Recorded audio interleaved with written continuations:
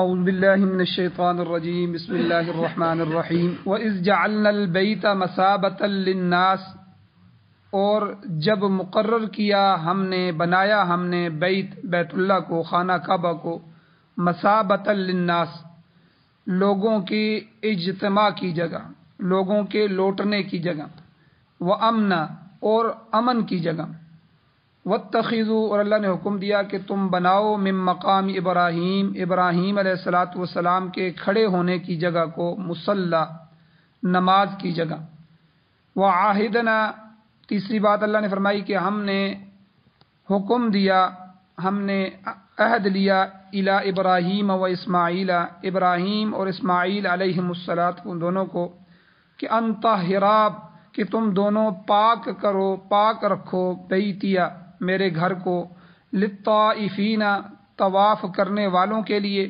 والعاکفین، اور اعتکاف کرنے والوں کے لیے، والرکع السجود، اور رکوع اور سجدہ کرنے والوں کے لیے۔ سورہ بقرہ کی آیت نمبر 125 ہے جو آپ نے سنی، ترجمہ بھی سنا۔ اس آیت کے اندر بہت سے مسائل، بہت سے معارف اللہ نے بیان فرمائے۔ سب سے پہلے حضرت ابراہیم خلیل اللہ علیہ السلام کے جو ہجرت مکہ ہے اور بنائے بیت اللہ ہے، بیت اللہ کی تعمیر ہے، اس کا تفصیلی واقعہ اسی آیت کے تحت ہے کہ اس آیت میں بیت اللہ یعنی کعبہ کی تاریخ کی طرف بھی اشارہ ہے، اور حضرت خلیل، حضرت ابراہیم اور اسماعیل علیہ السلام کے ہاتھوں اس بیت اللہ کی جو تعمیر جدید ہے اور اس کا بھی اللہ نے ذکر کیا، اور بیت اللہ اور مکہ مکرمہ کی جو چند خصوصیات ہیں وہ بھی اللہ نے ذکر فرمائی، اور بیت اللہ کا جو احترام ہے، حرم مکی، اس کا جو احترام ہے، اس کے متعلق بھی بہت سے احکام اسی کے ساتھ جو ہیں مذکور ہوں گے۔ یہ مضمون جو ان آیتوں میں بیان ہوا ہے، یہ قرآن مجید کی بہت سے آیتوں میں، مختلف صورتوں میں پھیلا ہوا ہے۔ اس جگہ مختصر اس کو بیان کیا گیا ہے۔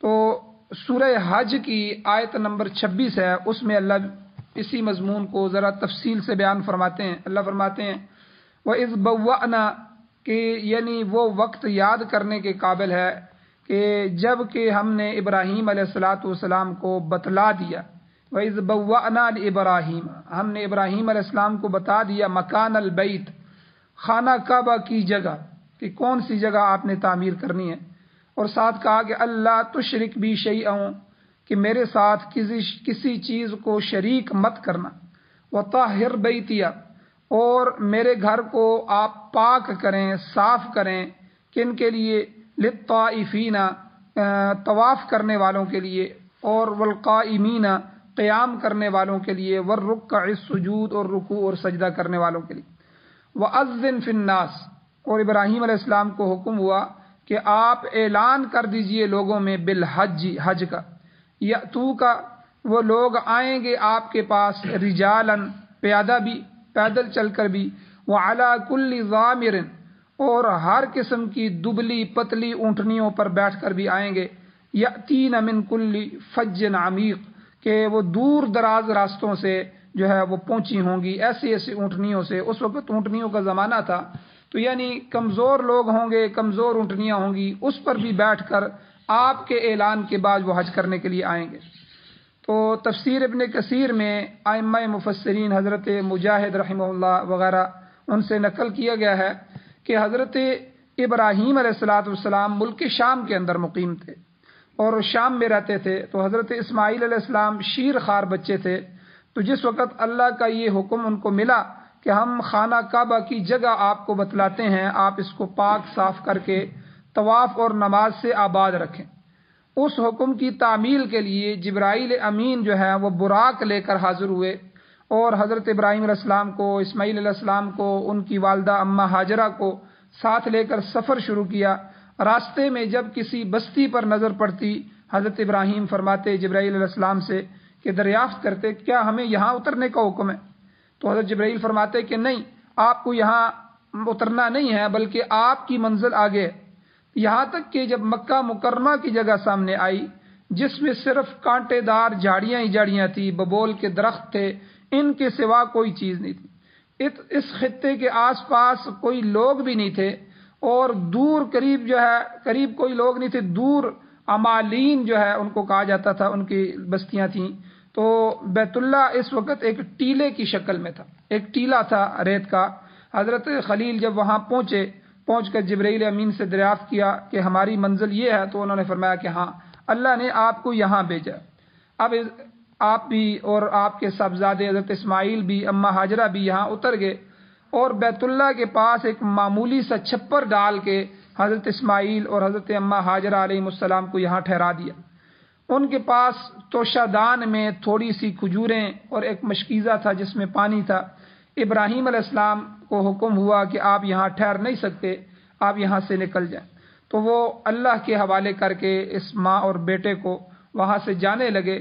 تو کل بھی بیان ہوا تھا کہ حضرت ہاجرہ دوڑیں کہ آپ ہمیں اس لق و دق صحرا کے اندر، اس بیابان جو ہے جنگل کے اندر، صحرا کے اندر آپ ہمیں چھوڑ کر جا رہے ہیں، جہاں نہ کوئی ہم سے انس کرنے والا ہے، نہ کوئی مددگار ہے، نہ ضروریات زندگی کی کوئی چیزیں ہیں۔ تو حضرت ابراہیم علیہ والسلام نے ان کو کوئی جواب نہیں دیا اور چلنے لگے۔ تو اماں ہاجرہ اٹھیں اور بار بار یہی سوال کیا۔ 3 بار کے بعد کوئی جواب نہ ملا تو سمجھ گئیں کہ اب جو ہے ان کو اللہ کی طرف سے حکم ہوا ہوگا۔ تو انہوں نے خود کہا کہ کیا اللہ نے آپ کو فرمایا ہے؟ تو حضرت ابراہیم علیہ السلام نے کہا کہ ہاں، ہمیں اللہ کی طرف سے حکم ہوا ہے۔ تو اماں ہاجرہ نے فرمایا اچھا پھر آپ شوق سے جائیں، جس نے آپ کو یہ حکم دیا ہے وہ ہمیں کبھی ضائع نہیں کرے گا، وہ ہماری پرورش بھی کرے گا، ہمیں پالے گا۔ پھر اس کے بعد ابراہیم علیہ السلام اللہ کے حکم کی تعمیل کرتے ہوئے یہاں سے چلے گئے۔ اب حدیث میں آتا ہے کہ جب حضرت ابراہیم علیہ السلام رستے کے اس موڑ پر پہنچے جہاں سے حضرت اماں ہاجرہ کو اور بچے کو نہیں دیکھ سکتے تھے، آخر ایک لمحہ آتا ہے کہ جہاں سے پچھلی چیز نظر آنا بند ہو جاتی ہے، وہاں کھڑے ہو گئے اور اللہ سے ایک دعا فرمائی۔ وہ دعا اللہ نے سورہ ابراہیم کی آیت نمبر 35 اور 37 کے اندر اللہ نے ذکر فرمائی ہے۔ وہ دعا کیا ہے؟ اللہ کے نبی نے اللہ سے دعا مانگی، رب اجعل ھذا البلد آمنا، اے میرے پروردگار اس شہر کو امن والا بنا۔ حالانکہ دیکھیں ابھی شہر نہیں تھا، تو یعنی گویا کہ 2 دعائیں فرما دی کہ پہلے اس کو شہر بنا کہ یہاں کے لوگ یہاں آ کر آباد ہوں، پھر اس شہر کو قیامت تک کے لیے امن والا بنا، اس کے اندر کوئی بدامنی نہ ہو۔ وجنبنی وبنیہ، آپ مجھے بھی اور میرے خاص فرزندوں کو بھی، بیٹوں کو بھی، آپ ان نعبد الاصنام، بتوں کی پوجا سے بچا، یعنی شرک سے مجھے بھی اور میری اولاد کو بھی محفوظ فرما۔ یہ 2 دعائیں حضرت ابراہیم علیہ السلام نے اس موڑ پہ، اس چوک پہ کی تھی۔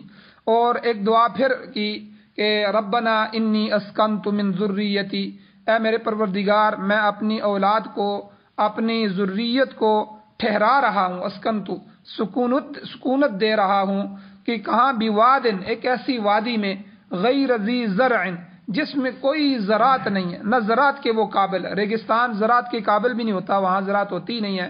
اے اللہ ایسی وادی میں ان کو ٹھہرا رہا ہوں، لیکن عند بیتک المحرم، تیری حرمت والے گھر کے پاس میں ٹھہرا رہا ہوں، تاکہ ربنا لیقیموا الصلاۃ، اے میرے رب تاکہ یہ نماز قائم کریں۔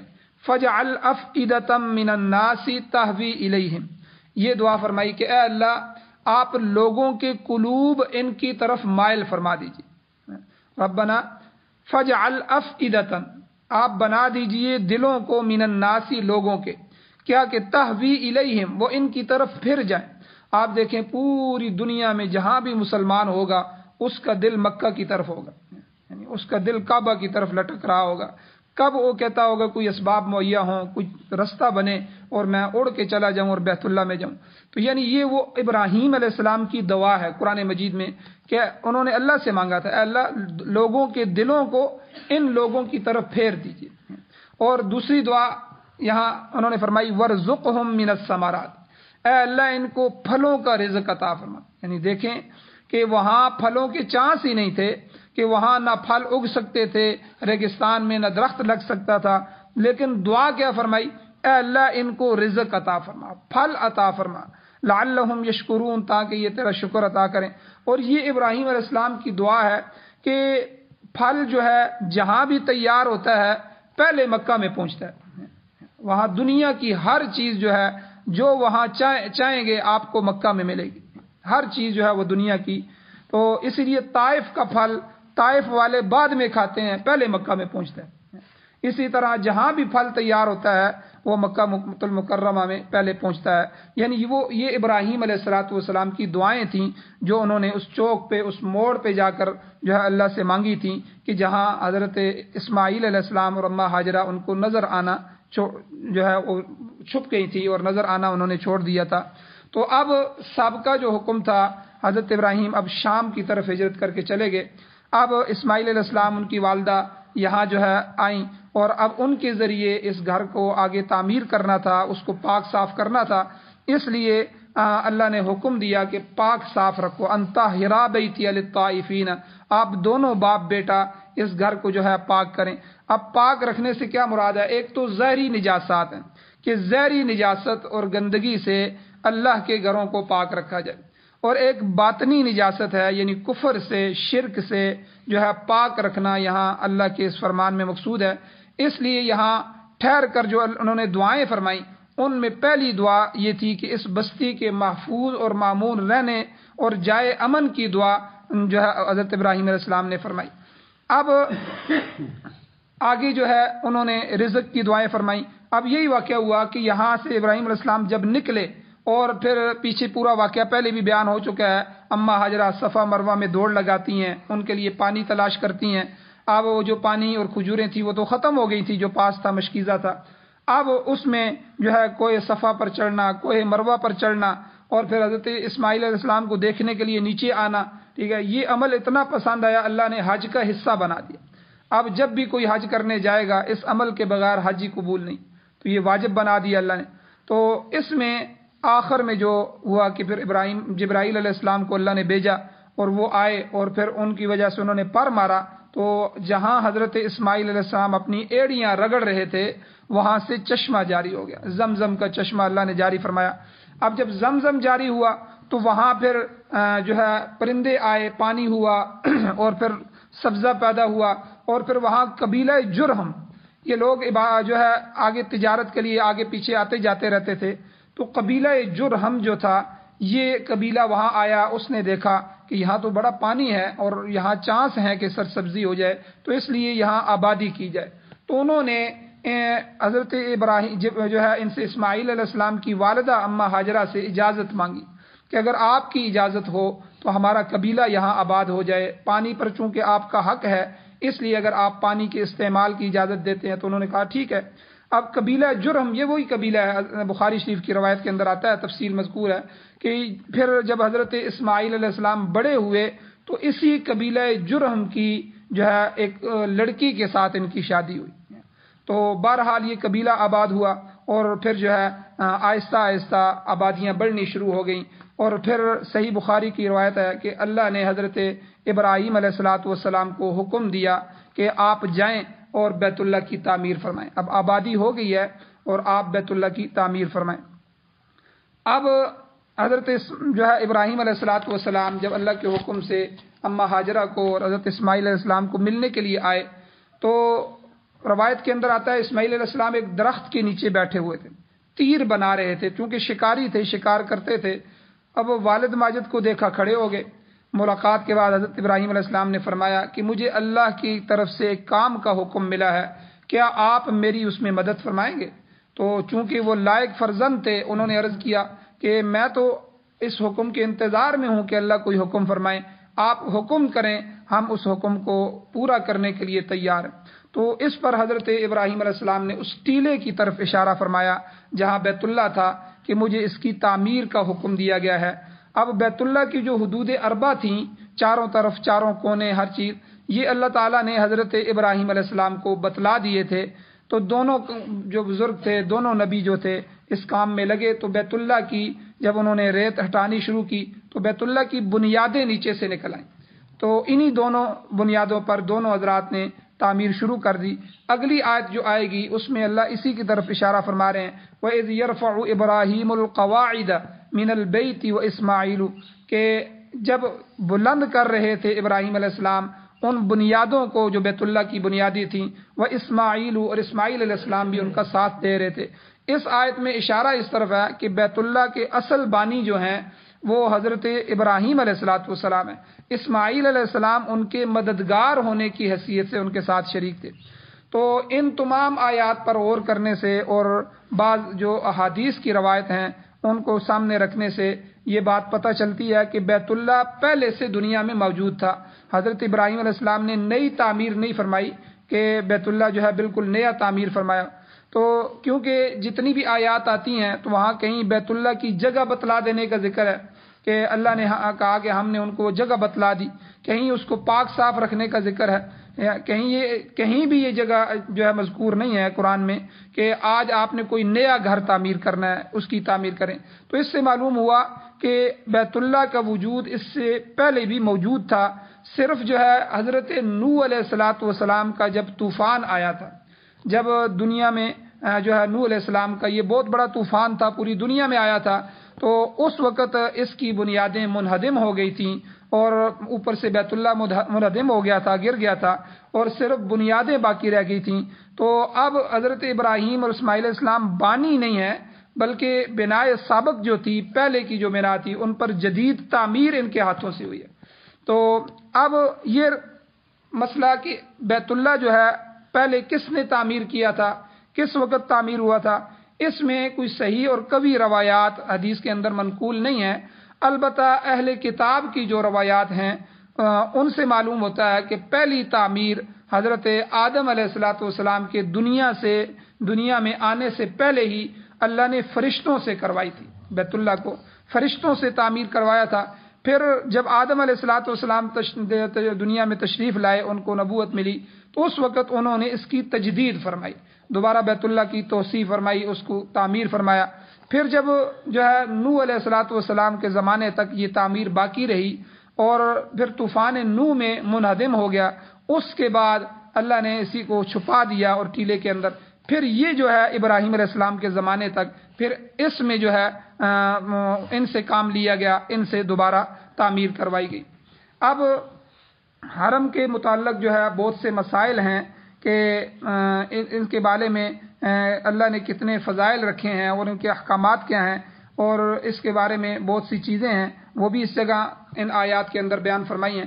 سب سے پہلے اللہ نے یہاں لفظ مثابۃ للناس، مثابۃً، اس سے معلوم ہوتا ہے کہ اللہ تعالیٰ نے بیت اللہ کو یہ خاص فضیلت بخشی ہے کہ وہ ہمیشہ مرجع خلاق رہے گا، پوری دنیا پوری مخلوق کا مرجع رہے گا کہ لوگ بار بار اس کی طرف جانے اور لوٹنے کے آرزو مند رہیں گے۔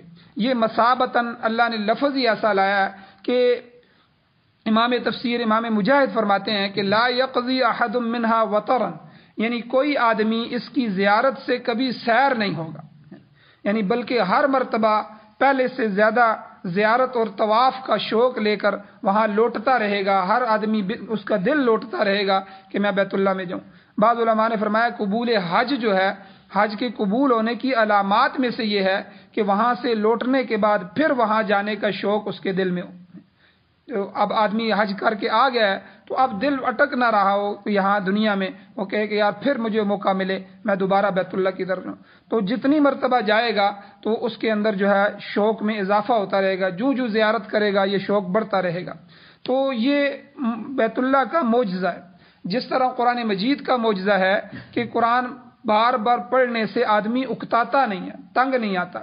ٹھیک ہے، آپ دیکھیں دنیا کا کوئی سے بڑا مضمون ہو جس کے ساتھ ہمیں دلچسپی بھی ہو، اس مضمون کو ہم 1 دفعہ پڑھیں، 2 دفعہ پڑھیں، ایک کتاب ہے اس کو 5 دفعہ پڑھیں، 10 دفعہ پڑھیں، ہمارا دل اکتا جائے، حالانکہ وہ ہماری چاہت والی کتاب ہو تب بھی جو ہے اس کو پڑھنے کو دل نہیں کرے گا۔ لیکن قرآن مجید ایک ایسی کتاب ہے کہ آپ اس کا ترجمہ بھی نہیں جانتے، یعنی یہ بھی اس کا معجزہ ہے کہ آپ اس کو سمجھ کے پڑھیں یا بغیر سمجھے پڑھیں، جس کو ترجمہ آتا ہو یا نہ آتا ہو، دونوں جو ہے جب پڑھنے والا پڑھتا ہے، قرآن ختم ہوتا ہے تو دوبارہ شروع کر دیتے ہیں، قرآن ختم ہوتا ہے تو دوبارہ شروع کر دیتے ہیں، آدمی اکتاتا نہیں ہے، پوری زندگی میں اس کی تلاوت کرتا رہتا ہے۔ تو یہ قرآن مجید کے اندر اللہ نے ایک اعجاز رکھا ہے، اس کے اندر ایک جو ہے معجزہ رکھا ہے۔ اسی طرح بیت اللہ کا معجزہ یہ ہے، اللہ کے گھر کا معجزہ یہ ہے کہ جو آدمی جو ہے صحیح ایمان کے ساتھ، محبت کے ساتھ جو ہے اللہ کے گھر کی زیارت کرتا ہے، اس کا زیارت کا شوق بڑھتا رہتا ہے۔ اب وہ بہت سے لوگ جو ہیں جب جاتے ہیں اور واپس جب آتے ہیں تو ان کا آنے کا دل ہی نہیں کرتا، بار بار روتے ہیں اور بار بار مڑ کے بیت اللہ کی طرف دیکھتے ہیں. تو یہ اللہ نے معجزہ بیت اللہ کا رکھا ہے کہ بیت اللہ کے اندر اسی کو اللہ نے یہاں قرآن مجید میں مثابتن کے لفظ سے ذکر کیا ہے کہ مثابتن للناس، کہ لوگ جو ہیں اس کی طرف بار بار لوٹیں گے. یہ صرف بیت اللہ کا ہی معجزہ ہو سکتا ہے، اس کی خصوصیت، ورنہ آپ دنیا میں دیکھیں کتنے بہترین مناظر موجود ہیں. انسان ایک دو مرتبہ دیکھ لیتا ہے، سیر کر لیتا ہے تو اس کا دل بھر جاتا ہے اور بعد میں اس کو دھیان بھی نہیں آتا کہ میں اس کی طرف دیکھوں. حالانکہ بیت اللہ کے اندر کوئی خوش منظری بھی موجود نہیں ہے اور وہاں پہنچنا بھی آسان نہیں ہے. بندہ اتنے پیسے لگا کے وہاں پہنچتا ہے اور وہاں کوئی دنیا کا اتنا بڑا کوئی کاروبار بھی نہیں ہے کہ اس کی کوئی اہمیت ہو. اس کے باوجود کہ ظاہری اسباب میں اس کے ہاں جانے کے لیے کوئی سبب بھی موجود نہیں ہے، لیکن دل میں تڑپ موجود رہتی ہے. تو وہاں دیکھنے کو دل کرتا ہے. ہر مومن جو ہے وہ بیت اللہ کی طرف لپکتا رہتا ہے. تو یہ جو ہے بیت اللہ کی خصوصیت ہے، اللہ نے اس کے اندر یہ خصوصیت. دوسرا لفظ یہاں اللہ نے امنن کا لایا. امنن یہ مأمن کے یعنی جائے امن کے معنی میں. تو لفظ بیت اللہ سے مراد صرف بیت اللہ یعنی خانہ کعبہ نہیں ہے. یہاں یہ بات بھی سمجھ لیں جو چار دیواری کے اندر خانہ کعبہ ہے، بلکہ اس سے مراد پورا حرم ہے. جو حرم پورا کا پورا جو ہے قرآن کریم میں بیت اللہ اور کعبہ کا لفظ بول کر پورا حرم مراد دیا گیا ہے. بہت سی آیتوں میں اس کے ایک جگہ اللہ نے فرمایا ہدین بالغ الکعبہ، کہ آپ کی ہدی یعنی ہدی اس جانور کو کہتے ہیں جو آدمی قربانی کے لیے حج کے ساتھ لے جائے. جب حج کرنے جائے تو قربانی کے لیے اس کو ساتھ لے کے جاتا ہے. تو اللہ نے فرمایا ہدین بالغ الکعبہ، کہ آپ اپنی ہدی کو کعبہ تک پہنچائیں، کعبہ تک لے کے جائیں. اب یہاں کعبہ مراد نہیں ہے بلکہ کعبہ سے مراد حرم ہے، کہ آپ حرم کے اندر جا کے، حرم منا اور اس کے ارد گرد سارا حرم ہے، تو آپ جو ہے قربانیاں منا کے اندر کی جاتی ہیں. تو اب آپ اپنی قربانی کو منا تک پہنچائیں. تو اب جو ہے کعبہ بول کر حرم مراد لیا گیا. تو اس لیے یہاں جو ہے جائے امن اللہ نے اس کو بنا دیا پورے حرم کو، کہ حرم کے اندر عام قتل و قتال بالکل جائز نہیں ہے. انتقام آپ کسی سے نہیں لے سکتے. زمانہ جاہلیت میں بھی عربوں کے اندر جو ہے ملت ابراہیمی کے جو کچھ آثار باقی رہ گئے تھے، ان میں سے ایک یہ بھی تھا کہ حرم کے اندر اپنے باپ اور بھائی کا قاتل بھی اگر کسی کو مل جاتا تو وہ اس سے بھی انتقام نہیں لیتے تھے. حالانکہ عرب انتقام بہت جلدی لیتے تھے. تو عام جنگ و قتال جو ہے اس کو بھی حرم کے اندر جو ہے وہ حرام سمجھتے تھے. شریعت اسلام میں بھی اس حکم کو باقی رکھا گیا. فتح مکہ کے وقت جب حضور مکہ کو فتح کرنے کے لیے گئے، صرف چند گھنٹوں کے لیے رسول اللہ صلی اللہ علیہ وسلم کے لیے عرض حرم میں قتال کو جائز کیا گیا. بخاری شریف کی حدیث ہے، دوسری حدیث میں ہے کہ صرف چند گھنٹوں کے لیے کہ آپ کے لیے جہاد جو ہے وہ حلال ہے، آپ یہاں مشرکین کو قتال کر سکتے ہیں، اور اس کے بعد پھر ہمیشہ کے لیے حرام کر دیا گیا. اب رسول اللہ صلی اللہ علیہ وسلم نے فتح مکہ کے اندر جو خطبہ دیا تھا اس میں اس کا اعلان بھی فرمایا کہ میرے لیے چند ساعتوں کے لیے جو ہے حرم کے اندر قتال کو جائز کیا گیا. اب جو ہے ہمیشہ ہمیشہ کے لیے قیامت تک کے لیے جو ہے حرم کے اندر کوئی آدمی کسی کو قتل نہیں کر سکتا. اس کے اندر جو ہے قتال نہیں ہو سکتا، لڑائی نہیں ہو سکتی. اب ایک اور مسئلہ ہے، فقہا نے اس مسئلے کو بیان کیا ہے کہ کوئی شخص حرم کے اندر موجود ہے، اب اندر موجود ہو کہ کوئی ایسا جرم کر دے جس کی وجہ سے حد اس پر جاری ہوتی ہو، قصاص اس پر جاری ہوتا ہو. اب اسلامی شریعت کیا کہے گی؟ تو چونکہ یہ جائے امن ہے، کیا امن دیا جائے گا اس کو یا نہیں دیا جائے گا؟ اس پر اجماع امت ہے کہ اس پر حد اور قصاص جاری کیے جائیں گے، کیونکہ قرآن مجید میں اللہ نے ارشاد فرمایا فَإِن قَاتَلُوكُمْ فَاقْتُلُوهُمْ، یعنی اگر تم سے لوگ حرم میں قتال کرنے لگے تو تم پھر ان سے قتال کر سکتے ہو.